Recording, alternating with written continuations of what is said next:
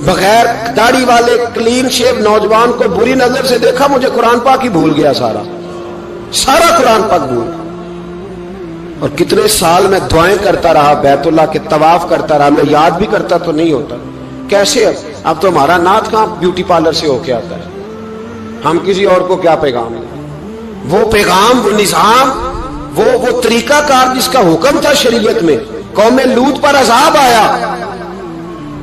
صحیح بیٹھتے ہوں گے بچے جو موٹر سائیکلوں پہ بیٹھتے ہیں، میں نے گجرانوالہ کی سڑکوں پہ بچوں کو، نوجوانوں کو جو تماشے کرتے سرے عام دیکھا ہے تو مجھے ڈر لگتا ہے، اور کوئی روکنے والا نہیں، شغل ہو رہا ہے، ہنس رہے ہیں، اور سامنے عورتیں بھی ہیں، سب ہو رہا ہے۔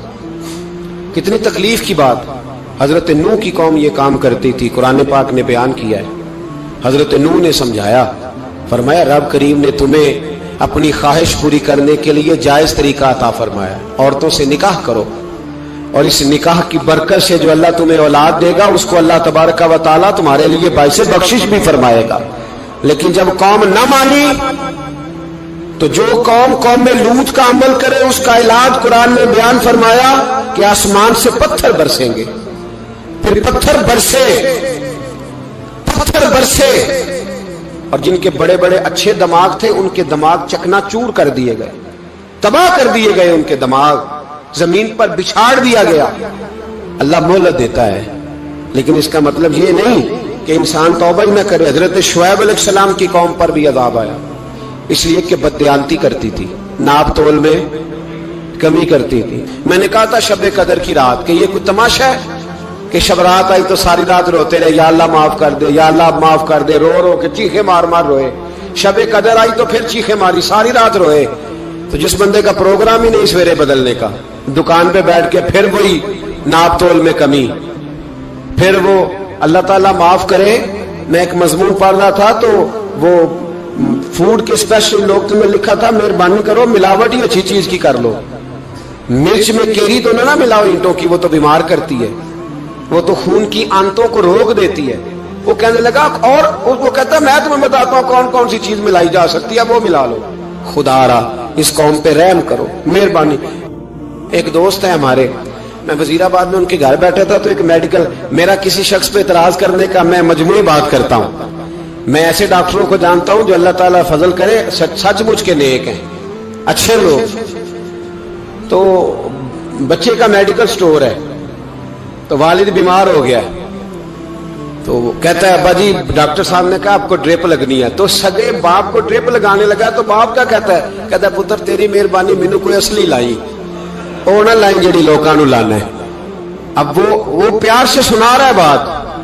میں نے اسے کہا کہ یہ تو ڈوب مرنے کا مقام ہے نا، ڈوب مرنے کا مقام، کہ جس ملک کے اندر دوائی بھی صحیح نہ بکے، اصلی نہ ملے دوائی بھی، اور پھر وہ قوم کہے کہ ہم نے تو پورے روزے رکھے، ہم نے تو بڑا صدقہ اور خیرات کیا، دوائی بھی اصل نہ ملے۔ جناب شعیب علیہ السلام کی قوم ناپ تول میں کمی کرتی تھی، تو اللہ تبارک و تعالیٰ نے ان پر بتا عذاب کس طرح کا بھیجا، شدید گرمی ہوئی۔ اللہ ہمیں محفوظ فرمائے، سارے آمین کہہ دیا۔ دیکھیں کتنا اچھا موسم کر دیا رب کریم، اللہ ہمیں محفوظ فرمائے، اللہ رحمت فرمائے۔ شدید گرمی کی لہر آئی، باہر اتنی گرمی ہوئی کہ لوگ اپنے گھروں میں گھس گئے۔ جس طرح سورج کی شعائیں گھروں کے اندر داخل ہو جاتی ہے، اس طرح گرمی کی لہر اندر داخل ہوئی، اور جس طرح کسی کو آگ لگ جائے تو وہ آدمی اچھلتا کودتا ہے نا، اس طرح یہ لوگ اچھلنے لگے اور اچھل کود کے مر گئے۔ جرم کیا تھا؟ ناپ تول میں کمی کرتے۔ حضرت داؤد کی قوم بھی تباہ ہوئی، جرم کیا تھا؟ ہفتے والے دن مچھلیاں نہیں پکڑنی تو یہ پکڑتے تھے۔ حکم ہے نا مسلمان کو نماز کے ٹائم کوئی اور کام نہیں کرنا، نماز پڑھنی ہے۔ میرا خیال ہے مسلمان تو فٹافٹ آ جاتے ہیں، سارے ہی پہنچ جاتے ہیں نا مسجدوں میں۔ ہلکا ہلکا بول رہے ہیں آپ، کیوں نہیں پہنچتے؟ اگر حضرت سیدنا، اور پتہ انہیں سزا کیا ملی؟ اللہ نے فرمایا اس ٹائم عبادت کرنا، یہ کام نہیں کرنا، وقت نہیں ہے کام کا۔ انہوں نے مچھلیاں پکڑی، 12,000 لوگ تھے، پتہ ہے مالک نے سزا کیا دی؟ بندر بنا دیا اللہ کریم۔ قرآن مجید کا پہلا سپارہ پڑھے، فَجَعَلْنَاهَا نَكَالًا لِمَا بَيْنَ يَدَيْهَا وَمَا خَلْفَهَا۔ اللہ فرماتے ہیں پچھلوں کے لیے بھی عبرت بنا دیا، بعد والوں کے لیے بھی عبرت، نشان عبرت بنا دیا۔ بندر بن گئے، اور جو ان کے دوست جو بچ گئے تھے ان کے پیر چومتے تھے، روتے تھے، 3 دن بندر بن کے زندہ رہے. سنو اور یاد رکھنا اس بات کو، غور کریں کہ میری طرف دیکھیں میرے بھائی. مکران شاہ بادشاہ گزرا ہے ایران کا، کچھ نرم دل تھا، وہ نا سیر کرنے نکلا. درمیان میں پل آتا تھا، ایک دریا تھا، اس کا پل تھا، پل کے اس پار جنگل تھا، سبزہ تھا، سیرگاہیں بنی ہوئی تھی. بادشاہ وہاں 2-4 دن رہنے کا ارادہ کیا. جب بادشاہ وہاں پہنچتا ہے نا مکران شاہ، تو اس نے دیکھا کہ وہاں 2-3 دن قیام کرنا ہے، جھیل ہے، سیرگاہ ہے، وہاں اس نے رکنے کا پروگرام بنا لیا. بادشاہ تو علیحدہ اس کے لیے رہائش تھی، سپاہی علیحدہ رہتے تھے. یہاں تو لوگ کہتے ہیں نا وہ پولیس کو ڈانٹتے ہیں، پولیس کو پوچھتے ہیں. او بھائی پولیس تو تمہارے ماتحت ہوتی ہے، پولیس تو سمجھ گئی ہے کہ تم کس طرح ان سے کام لیتے ہو، ان کو تو تم اپنے تحت رکھتے ہو. پولیس والے علیحدہ رہتے تھے، اس کے ساتھ جو سپاہی گئے ہوئے تھے، گن مین گئے ہوئے تھے. مکران شاہ سیر سپاٹے پہ رہتا تھا. ایک بوڑھی عورت تھی، اس کی ایک گائے تھی، وہ جنگل کے اندر بوڑھی رہتی تھی، گائے اس کی وہاں چرتی رہتی تھی. شام کو وہ گائے گھر لوٹتی، بوڑھی دودھ پی کے سو جاتی. سپاہی اس بوڑھی کے پاس آئے، کہنے لگے تیری گائے بڑی صحت مند ہے، ہمارے ہاتھ بیچ دے. بوڑھی نے کہا میرے بڑھاپے کا سہارا ہے، اس کا دودھ پی کے میں زندہ ہوں، بیچوں گی نہیں. وہی والا کام جو ہمارے ملک میں ہوتا ہے کہ قیمت کے ساتھ زمین دینی ہے کہ مفت دینی ہے. جب بڑے آدمی کو پسند آ جاتی ہے تو کہتے ہیں مول دینی ہے کہ مفت دینی ہے. دینی پڑتی ہے، غریب ہے، کیا کریں، مجبور ہے، مظلوم ہے. کہا بوڑھی عورت سے سپاہیوں نے بیچ دے، کہا نہیں. کہنے لگے نہیں بیچے گی تو ہم لے لیں گے. اس عورت کی گائے زبردستی سپاہی ذبح کر کے کھا گئے. بوڑھی نے بادشاہ تک پہنچنا چاہا لیکن اس کو پہنچنے نہ دیا گیا، منع کر دیا گیا. اس کی رسائی نہ ہو سکی، غریب عورت تھی. جس دن مکران شاہ واپس آ رہے تھے نا سیر کر کے، پل سے گزر رہے تھے، تو کسی نے بوڑھی سے کہا کہ بادشاہ گزرے گا. وہ چھپ کے پل پہ بیٹھ گئی.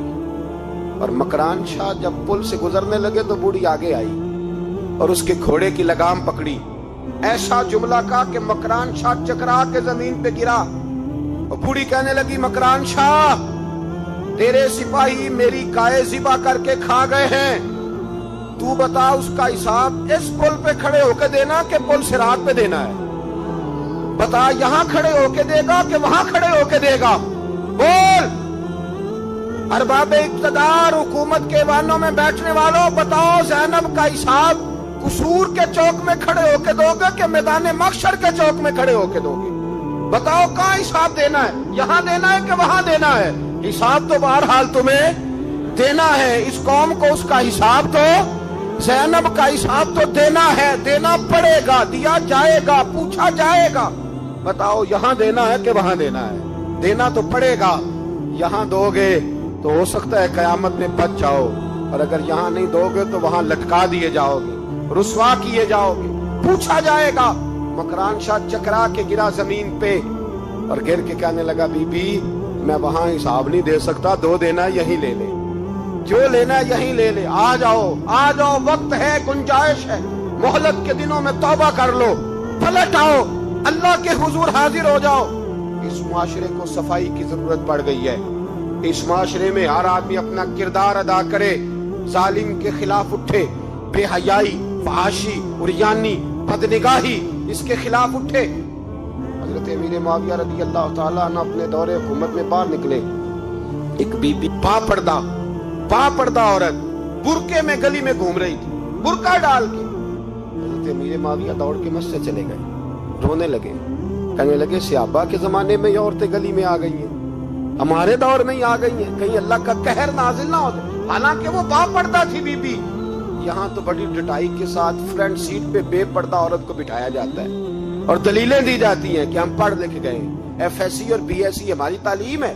ہمارے پاس ابھی تازی تو کار آئی ہے، تو بتائیں نا کہ جو کار پہ بیٹھی ہے وہ کار کی مالکن ہے. یہاں تو ہر چیز کھول کے بیان کرنا لوگوں نے اپنے لیے ضروری سمجھ لیا ہے، اپنے کلچر کا حصہ بنا لیا ہے. خدا را فحاشی کے خلاف، بے حیائی کے خلاف، عریانی کے خلاف اٹھو اور اس پل کو باندھو. جب تک فحاشی رہے گی، عریانی رہے گی. پاکستان میں 10 کے قریب بچوں کے ساتھ روز زیادتی ہوتی ہے. یہ آپ کے قومی اخبارات کی آج صبح کی رپورٹ ہے. یہ تو وہ چیزیں ہیں جو کھل کے باہر آ گئیں اور اس کے علاوہ جو بے حیائی کے اڈے کھلے ہوئے ہیں نہ جانے ان کی تعداد کتنی، کس قدر زیادہ ظلم ہو رہا ہے۔ میرے رسول پاک صلی اللہ تعالی وسلم نے فرمایا جب کوئی زنا کرتا ہے تو ایمان اس کے سینے سے نکل جاتا ہے اس کے سینے سے۔ آنکھوں پر پردہ ہونا چاہیے، کانوں پر پردہ ہونا، اور اگر زینب کے قتل کے بعد بھی کسی کے موبائل میں گندی تصویر ہے اور اس کے قتل کے بعد بھی بے حیائی کے گانے اس کے موبائل میں ہیں تو پھر وہ رسم کے آنسو نہ بہائے، پھر وہ صرف 2 منٹ کے لیے آگے بڑھ کے مرثیہ خان نہ بنے، وہ پھر شاعر اور ادیب بننے کی کوشش نہ کرے، اور پھر اپنے حصے کا جملہ لگا کر اپنے آپ کو فیس بک پہ ایکٹیو رکھنے کا تماشا نہ کرے۔ کیا مطلب ہوا ان چیزوں کا؟ اگر ابھی بھی برائی کے خلاف نہیں اٹھنا، بے حیائی اور فحاشی کے خلاف نہیں اٹھنا، میرے عزیزو آخری بات سننا اور اس کو ہمیشہ یاد رکھنا۔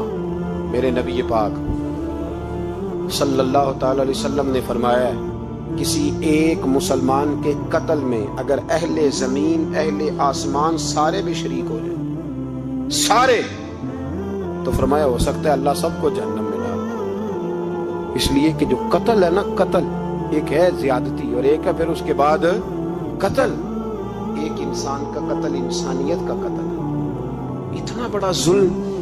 اور یہاں تو اب قتل کی خبر آ جائے نا اخبار پہ تو اتنی دلچسپی والی رہتی نہیں، اتنے لوگ قتل ہو گئے کوئی حرج نہیں ہے۔ تو ہمارے ہاں تو کسی سیاستدان کی شادی کی خبر آئے گی تو بہت دلچسپی والی ہوگی، اس پر تبصرے ہوں گے، کمنٹس ہوں گے، ایک بندہ مر گیا ٹھیک ہے، غریب آدمی تھا، قتل ہو گیا، جان چھوٹی، معاذ اللہ، اس میں کون توجہ کرتا ہے؟ یہاں تو ان کے میلے چھیلے تماشوں پر لوگ تبصرے کرتے ہیں، یہ جو کوئی نئی ایکٹنگ کر کے دکھاتے ہیں اس پر ہماری توجہ جاتی ہے۔ اتنی عورتوں نے خودکشی کر لی اس لیے کہ شام کو کھانا نہیں تھا، بچوں سمیت دریا میں کود گئی، یہ ہوتا رہتا ہے، اس کی خیر ہے، معاذ اللہ، یہ تو سارے زمانے میں۔ یہ دیکھو کہ کسی سیاسی لیڈر نے کوئی نئی ایکٹنگ کی ہے تو اس پر تبصرہ کرتے ہیں، اس پر تھوڑی دیر بیٹھتے ہیں۔ او خدا کے بندو، اپنی ترجیحات بدلو۔ میں کہا کرتا ہوں ان کی گاڑیوں کے پیچھے بھاگنا چھوڑ دو گے تو یہ صحیح ہو جائیں گے، ان کی جائز ناجائز چیزوں پر نعرے لگانے بند کر دو گے تو یہ صحیح ہو جائیں گے۔ خدا را زینب تو چلی گئی پر ہمیں ایک پیغام چھوڑ کے گئی ہے کہ فحاشی کے خلاف اٹھ کھڑے ہو، اب ظلم کے خلاف لڑنا سیکھو، اب اپنے اندر یہ طاقت پیدا کرو، اب طاقت پیدا کرو۔ ہمیں سارا پتہ ہوتا ہے لیکن اس کے باوجود اب ظالموں کے ساتھ کھڑے ہو کے ان کی تعریفیں کرتے ہیں، تصویریں لگاتے ہیں، سپورٹر ووٹر بنتے ہیں۔ اب اس کام سے باز آ جاؤ، خدا را اب بھی سمجھ جاؤ۔ اے اللہ، جمعے کے دن اس اجتماع میں تیری بارگاہ میں دعا کرتے ہیں، خداوندہ ساری بیٹیوں کو حفاظت کا پردہ عطا فرما، اللہ سب کے لیے حفاظت کے پردے نصیب فرما، اور میرے مولا ظالموں کو کیفر کردار تک پہنچا، اللہ ان ظالموں کو نشان عبرت بنا۔